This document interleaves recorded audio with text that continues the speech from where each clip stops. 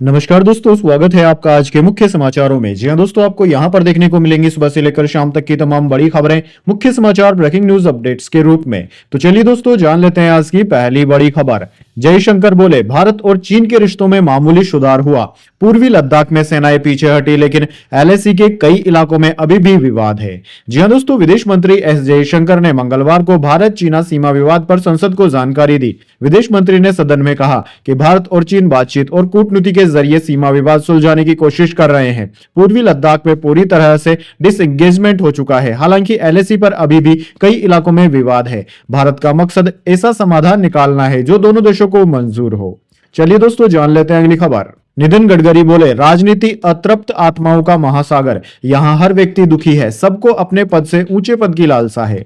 जी हां दोस्तों, केंद्रीय मंत्री नितिन गडकरी ने कहा कि राजनीति अतृप्त आत्माओं का एक सागर है, जहां हर व्यक्ति उदास है और अपनी मौजूदा पोजीशन से ऊंची पोस्ट की उम्मीद लगाए बैठा है। रविवार को नागपुर में 50 रूल्स ऑफ गोल्डन लाइफ के लॉन्च के दौरान उन्होंने यह बातें कही। उन्होंने कहा कि जिंदगी समझौतों, मजबूरियों, सीमाओं और विरोधाभासों का खेल है। इंसान चाहे परिवार के बीच हो, समाज में हो, राजनीति में हो या कॉर्पोरेट जीवन में हो, जिंदगी चुनौतियां और परेशानियों से भरी रहती है। व्यक्ति को इनका सामना करने के लिए आर्ट ऑफ लिविंग सीखना चाहिए। चलिए दोस्तों, जान लेते हैं अगली खबर। चंडीगढ़ में मोदी बोले, तारीख पर तारीख के दिन खत्म हुए, भ्रष्टाचार में कार्रवाई की कानूनी अड़चन दूर होगी, 3 नए कानून लागू करने की समीक्षा की। जी हां दोस्तों, प्रधानमंत्री मोदी ने मंगलवार को चंडीगढ़ के पंजाब इंजीनियरिंग कॉलेज में 3 नए कानूनों को लागू करने की समीक्षा की। इस दौरान गृह मंत्री अमित शाह भी उनके साथ रहे। यहाँ उन्होंने चंडीगढ़ में लागू किए गए कानूनों, भारतीय न्याय संहिता, भारतीय नागरिक सुरक्षा संहिता और भारतीय साक्ष्य अधिनियम का डेमो भी देखा। पहले गृह मंत्री अमित शाह ने संबोधन में कहा कि नए कानूनों के बाद हमें अंग्रेजों के जमाने के गुलाम क्रिमिनल सिस्टम से छुटकारा मिल गया है। अब तारीख पर तारीख का खेल खत्म हो गया है। चलिए दोस्तों, जान लेते हैं अगली खबर। पप्पू यादव को सुरक्षा दिलाने के लिए करीबियों ने ही रचा धमकी का ड्रामा, गिरफ्तार आरोपी का खुलासा।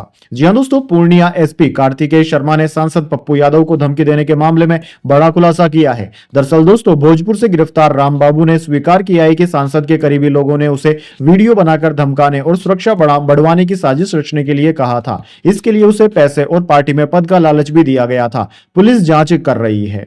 चलिए दोस्तों, जान लेते हैं अगली खबर। चुनाव आयुक्त की नियुक्ति की सुनवाई से सीजीआई हटे, नई बेंच 6 जनवरी से सुनवाई करेगी। सीजीआई को पैनल से हटाने पर कांग्रेस ने याचिका लगाई थी।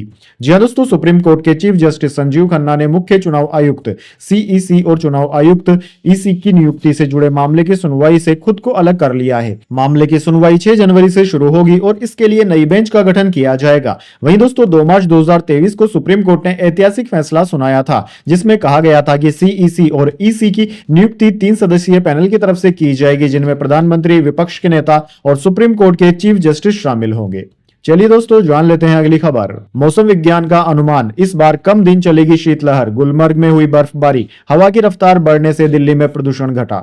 जी हां दोस्तों, इस बार की सर्दियों में शीतलहर वाले दिन यानी कि कोल्ड वेव वाले डेज कम होंगे। दिसंबर से लेकर जनवरी फरवरी तक देश के कई हिस्सों में तापमान भी सामान्य रहेगा। भारतीय मौसम विज्ञान विभाग ने सोमवार को ठंड को लेकर पूर्वानुमान जारी किया था। वेदर डिपार्टमेंट के अनुसार राजस्थान, हरियाणा, पंजाब, दिल्ली, जम्मू कश्मीर, लद्दाख, हिमाचल प्रदेश, उत्तराखंड, झारखंड, बिहार, मध्य प्रदेश, छत्तीसगढ़ और गुजरात में अगले 3 महीने के दौरान कोल्ड वेव वाले डेज 2 से 6 दिन कम हो चुके हैं। वहीं दिसंबर में पहाड़ी राज्यों को छोड़कर बाकी जगह कोल्ड वेव डेज की संभावना बेहद कम है। नॉर्थ वेस्ट, नॉर्थ ईस्ट में बारिश भी कम होगी। चलिए दोस्तों, जान लेते हैं इसके बाद अगली बड़ी खबर। बांग्लादेश की पूर्व प्रधानमंत्री शेख हसीना बोली, मोहम्मद यूनिस अल्पसंख्यकों पर हमलों के जिम्मेदार हैं, जनसंहार नहीं चाहती थी इसलिए देश छोड़ा, ढाका में भारतीय उच्चायुक्त को तलब किया। दरअसल दोस्तों, बांग्लादेश की पूर्व प्रधानमंत्री शेख हसीना ने अल्पसंख्यकों पर हो रहे हमले और उनकी हत्याओं का जिम्मेदार अंतरिम सरकार के प्रमुख मोहम्मद यूनिस को बताया है। न्यूयॉर्क के एक सेमिनार को वर्चुअली संबोधित करते हुए हसीना ने कहा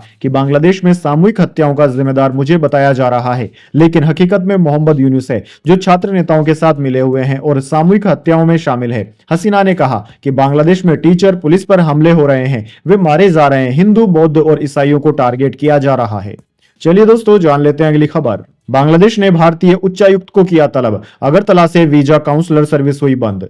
जी हां दोस्तों, अगरतला स्थित बांग्लादेश के राजनयिक मिशन में तोड़फोड़ की घटना को लेकर बांग्लादेश के विदेश मंत्रालय ने भारतीय उच्चायुक्त को तलब किया। साथ ही अगरतला स्थित सहायक उच्चायुक्त से अपनी वीजा और काउंसलर सेवाओं को बंद कर दिया है। हालांकि बांग्लादेश में हिंदुओं के खिलाफ लगातार हमले हो रहे हैं और हिंदू मंदिरों में तोड़फोड़ की घटनाएं आम है। बावजूद इसके भारत ने इस तरह का कोई कदम नहीं उठाया है। बांग्लादेश की सरकार हिंदुओं की सुरक्षा के लिए कोई कदम नहीं उठा रही है। साथ ही सरकार में मौजूद लोगों का तो यहां तक कहना है कि बांग्लादेश में हिंदू सुरक्षित हैं। चलिए दोस्तों, जान लेते हैं अगली खबर। सुखबीर बादल ने झूठे बर्तनों की सेवा की। गोल्डन टेम्पल के गेट के बाहर बर्छा पकड़कर बैठे चंदू माजरा चीमा ने टॉयलेट साफ किया। जी हां दोस्तों, पंजाब के पूर्व डिप्टी सीएम सुखबीर सिंह बादल व शिरोमणि अकाली दल की सरकार के दौरान कैबिनेट में मंत्री रहे नेता मंगलवार को अकाल तख्त की सजा भुगतने के लिए गोल्डन टेम्पल पहुंचे। सुखबीर बादल सुबह 9 बजे से 12 बजे तक गोल्डन टेम्पल में रहे। सबसे पहले उन्होंने 1 घंटा घंटाघर के बाहर गले में तख्ती और सेवादार के कपड़े पहनकर पर्चा पकड़कर सेवादारी की सेवा की। इसके बाद उन्होंने कीर्तन सुना। आखिर में झूठे बर्तनों की सेवा करने के बाद वह गोल्डन टेम्पल से रवाना हो गए। शाम को वह दोबारा गोल्डन टेम्पल आएंगे और जूतों की सेवा करेंगे। चलिए दोस्तों, जान लेते हैं अगली खबर। त्रिपुरा में बांग्लादेशियों को रहना खाना नहीं मिलेगा। होटल और रेस्टोरेंट ने बायकॉट कर दिया। कहा, बांग्लादेश में कट्टरपंथियों ने हद पार कर दी।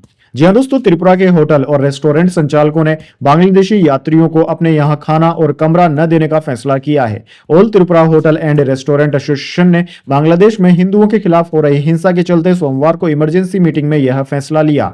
अथोरा के जनरल सेक्रेटरी सेकेंत बंदोपाध्याय ने कहा कि बांग्लादेश में अल्पसंख्यकों पर अत्याचार हो रहा है। पहले भी ऐसी घटनाएं होती थी, पर अब सीमा पार हो चुकी है। चलिए दोस्तों, जान लेते हैं अगली खबर। 11 छक्के और 9 चौके, शिवम दुबे और सूर्य कुमार यादव का आया तूफान, ठोक डाले 141 रन। जी हां दोस्तों, सैयद मुश्ताक अली ट्रॉफी में 3 दिसंबर को मुंबई बनाम सर्विसेज मैच खेला गया, जिसमें मुंबई को 39 रनों की बड़ी जीत नसीब हुई। इस मैच में सूर्य कुमार यादव और शिवम दुबे ने विपक्षी गेंदबाजों की जमकर धुनाई करते हुए अर्धशतकीय पारियां खेली। एक तरफ भारतीय टी20 टीम के कप्तान सूर्य कुमार यादव ने 46 गेंदों में 70 रनों की पारी खेली। वहीं दुबे ने 37 बॉल में 71 रन बना डाले। दुबे और सूर्य कुमार के बीच 130 रनों की पार्टनरशिप भी हुई, जिसने मुंबई की जीत में महत्वपूर्ण योगदान दिया। चलिए दोस्तों, जान लेते हैं अगली खबर। बांग्लादेश को ब्रिटेन की लताड़, लेकिन नहीं सुधर रही यूनिस की सरकार, भारत को दिखा रही है अभी भी आंखें।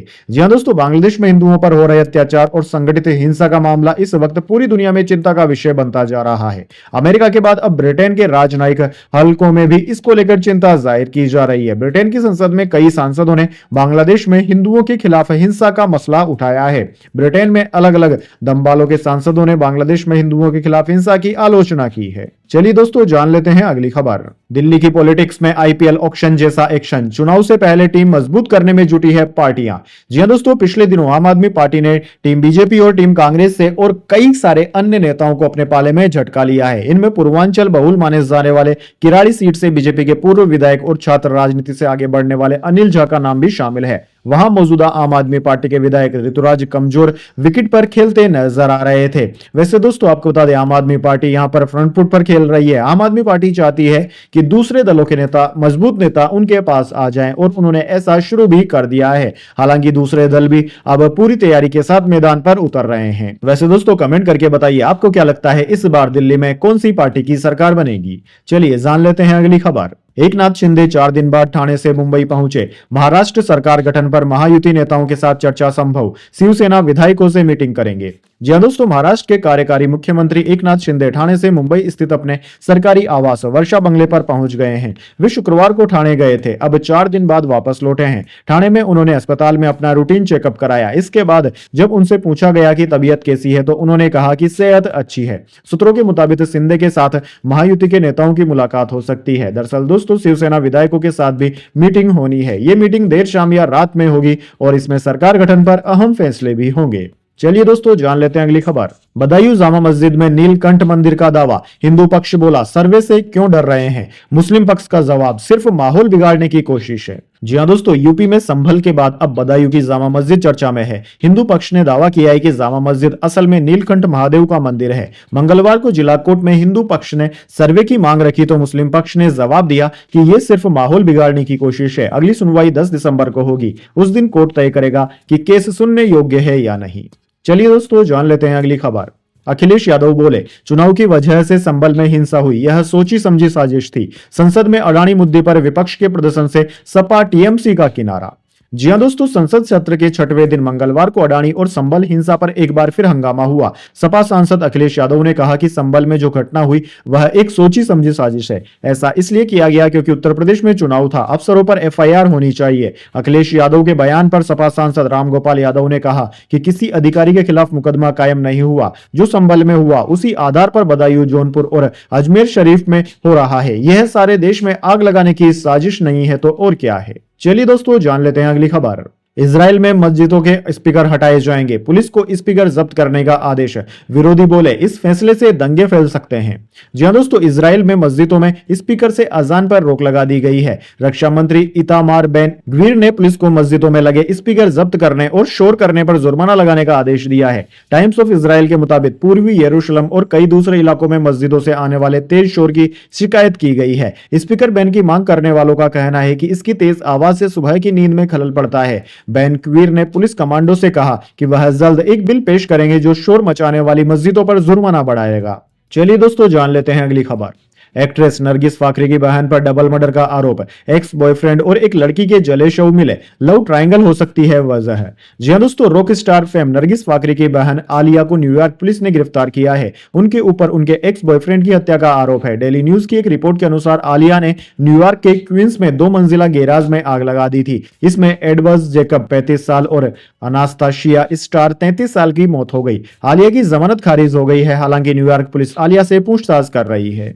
चलिए दोस्तों, जान लेते हैं इसके बाद अगली बड़ी खबर। लेकिन उससे पहले मेरी आपसे एक छोटी सी रिक्वेस्ट है, अगर दोस्तों आपको अभी तक हमारी न्यूज पसंद आई है तो इसे एक छोटा सा लाइक जरूर दे दीजिए, और अगर आपको पसंद नहीं आई है तो बेशक आप डिसलाइक भी कर सकते हैं। लेकिन दोस्तों, लाइक और डिसलाइक जरूर कीजिए, क्योंकि दोस्तों यही हमारी मेहनत का फल होता है और इसी से हमें पता चलता है कि आपको हमारी वीडियोस पसंद आ रही है या नहीं। तो चलिए दोस्तों, जान लेते हैं अगली खबर। सेंसेक्स 597 अंक की तेजी के साथ 80,845 पर बंद हुआ। निफ्टी भी 181 अंक चढ़ा। अडानी पोर्ट्स टॉप गेनर रहा। जी हां दोस्तों, आज इंडियन स्टॉक मार्केट में तेजी देखने को मिली। आज सेंसेक्स 597 अंक की तेजी के साथ 80,845 के स्तर पर बंद हुआ। वहीं दोस्तों, निफ्टी में भी आज 181 अंक की तेजी देखने को मिली। यह 24,457 के स्तर पर बंद हुआ। सेंसेक्स के आज 30 शेयरों में से 25 में तेजी और 5 में गिरावट रही, जबकि निफ्टी के 50 शेयरों में से 41 में तेजी और 9 में गिरावट देखने को मिली। दोस्तों, आज एनएसई सेक्टरल इंडेक्स में एमएफसीजी और फार्मा को छोड़कर सभी सेक्टर तेजी के साथ बंद हुए। अडानी पोर्ट्स निफ्टी 50 का टॉप गेनर रहा, वहीं भारतीय एयरटेल टॉप लूजर रहा। चलिए दोस्तों, जान लेते हैं अगली खबर। चांदी 1369 रुपए महंगी हुई। सोने के दाम में मामूली बढ़त, यह 76,324 रुपए पर पहुंचा। इस साल 12,972 रुपए महंगा हो चुका है सोना। जी दोस्तों, सोने और चांदी के दाम में मंगलवार को मामूली बढ़त देखने को मिली। Indian bullion and jewellers association की वेबसाइट के अनुसार 10 ग्राम 24 कैरेट गोल्ड का भाव 16 रुपए बढ़कर 76,324 रुपए पर बंद हुआ। इससे पहले सोने की कीमत 76,308 रुपए प्रति 10 ग्राम पर थी। वहीं दोस्तों, चांदी के दाम में भी तेजी देखने को मिली है। आज चांदी 1369 रुपए बढ़कर 89,980 रुपए प्रति किलोग्राम पर पहुंच गई। इससे पहले चांदी 88,611 रुपए प्रति किलोग्राम पर थी। चलिए दोस्तों, जान लेते हैं अगली खबर। मॉर्गन स्टैनली ने भारत की जीडीपी ग्रोथ का अनुमान घटाया। वित्त वर्ष 2025 के लिए 6.7% से 6.3% किया। जुलाई सितंबर के बीच जीडीपी ग्रोथ घटकर 5.4% हुई। जी हां दोस्तों, मॉर्गन स्टैनली ने वित्त वर्ष 2025 के लिए भारत की ग्रोस डोमेस्टिक प्रोडक्ट यानी कि जीडीपी ग्रोथ रेट अनुमान को रिवाइज कर 6.3 कर दिया है। मल्टीनेशनल इन्वेस्टमेंट बैंक और फाइनेंशियल सर्विसेज कंपनी ने पहले यह अनुमान 6.7% बताया था। मॉर्गन स्टैनली ने इससे पहले भारत की ग्रोथ रेट का अनुमान वित्त वर्ष 2025 के लिए 6.7% बताया था।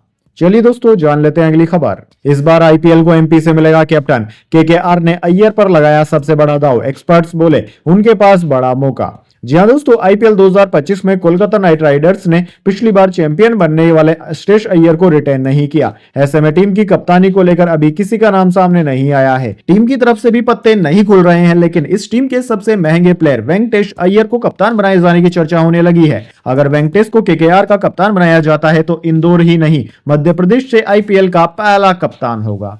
चलिए दोस्तों, जान लेते हैं अगली खबर। डोनाल्ड ट्रंप ने हमास को दी धमकी, कहा 20 जनवरी तक बंधकों को रिहा करो, नहीं तो गंभीर नतीजे भुगतने होंगे।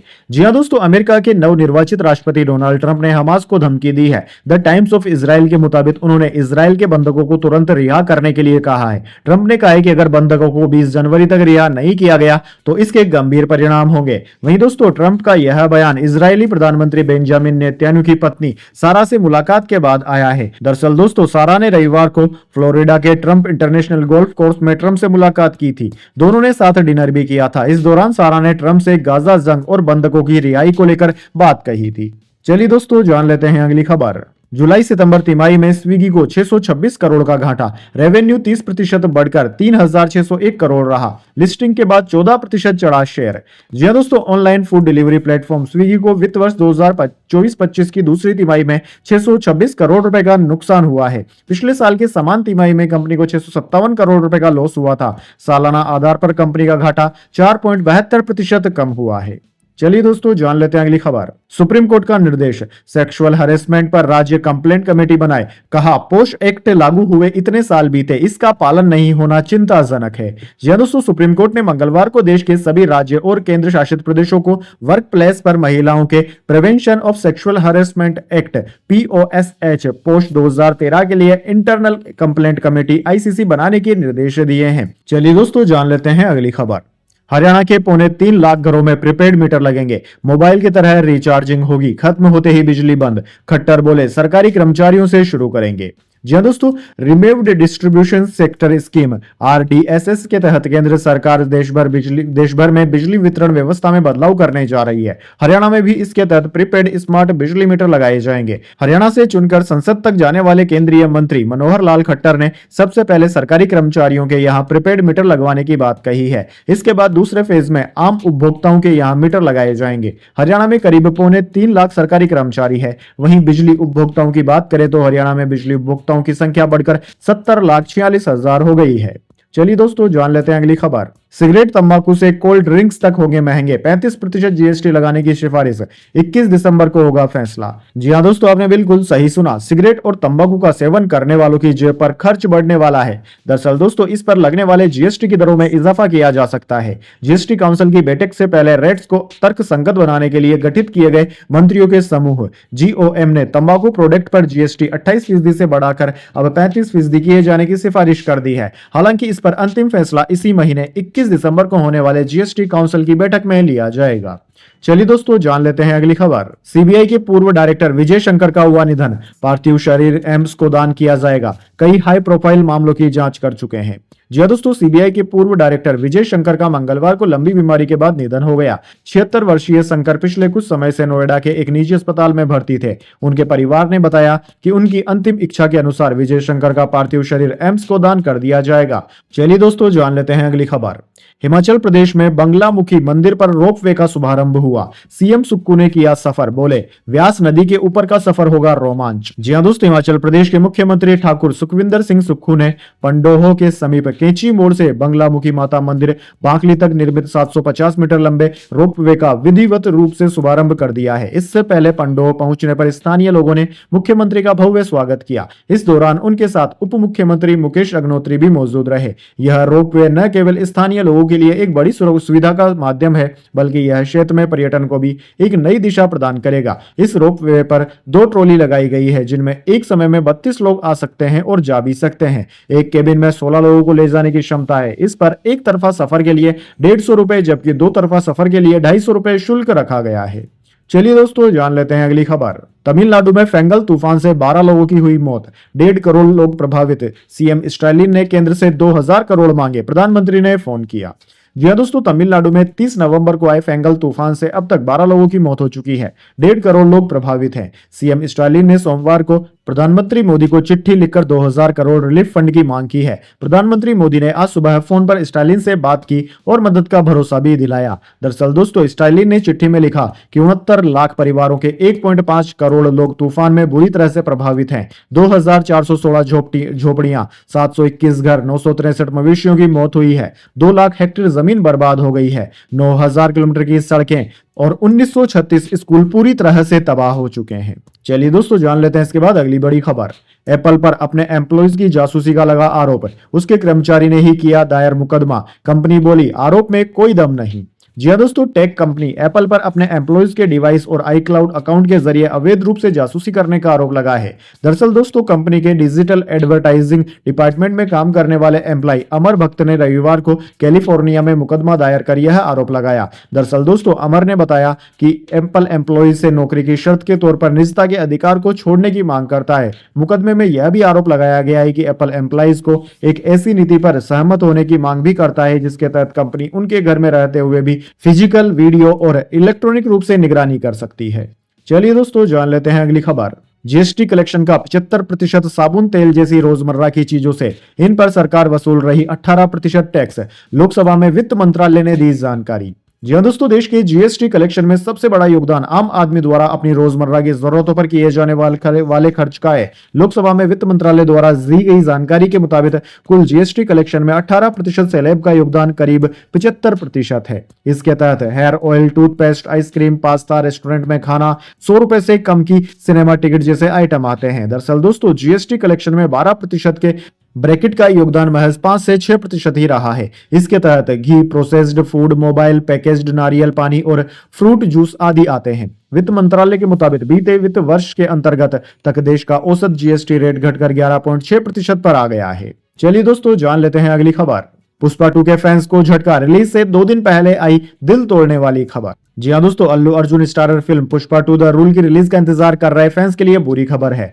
दरअसल दोस्तों, फिल्म 5 सितंबर 2024 को वर्ल्ड वाइड सिनेमाघरों में दस्तक दे रही है, लेकिन दोस्तों दर्शक फिल्म को 3D वर्जन में एंजॉय नहीं कर पाएंगे। ट्रेड एनालिस्ट तरण आदर्श ने बताया कि इस हफ्ते पुष्पा 2 द रूल का 3D वर्जन रिलीज नहीं होगा, यानी कि दर्शक फिल्म को सिर्फ 2D में ही देख पाएंगे, जो कि फिल्म पुष्पा का इंतजार कर रहे लोगों के लिए एक बुरी खबर है। और दोस्तों, इसके साथ ही अगर आप हिंदी में पुष्पा 2 को देखना चाहते हैं तो 4 दिसंबर को मिडनाइट शो नहीं रखा गया है। जी हाँ दोस्तों, बाकी की भाषाओं में 4 तारीख को ही फिल्म का मिडनाइट शो रखा गया है, लेकिन हिंदी दर्शकों के लिए 4 दिसंबर को मिडनाइट शो नहीं रखा गया है। इस वजह से जो लोग हिंदी वर्जन में फिल्म का मिडनाइट शो एंजॉय करने की प्लानिंग कर रहे थे, अब उनके सारे अरमानों पर पानी फिर गया है। तो दोस्तों, यह थी आज की तमाम बड़ी खबरें। इसके बाद दोस्तों अब बारी आती है आज के माइंड क्विज क्वेश्चन की। जी हाँ दोस्तों, एक आसान से सवाल का जवाब देकर आप जीत सकते हैं एक सरप्राइज गिफ्ट हमारे यूट्यूब चैनल की ओर से। तो दोस्तों, आज का सवाल आपकी स्क्रीन पर आ चुका है। हाथियों में गर्भधारण की अवधि कितने माह की होती है? जी हाँ दोस्तों, अगर आप जानते हैं कि हाथियों में गर्भधारण की अवधि कितने महीने की होती है तो जल्दी से आपका जवाब कमेंट बॉक्स में लिख दीजिए।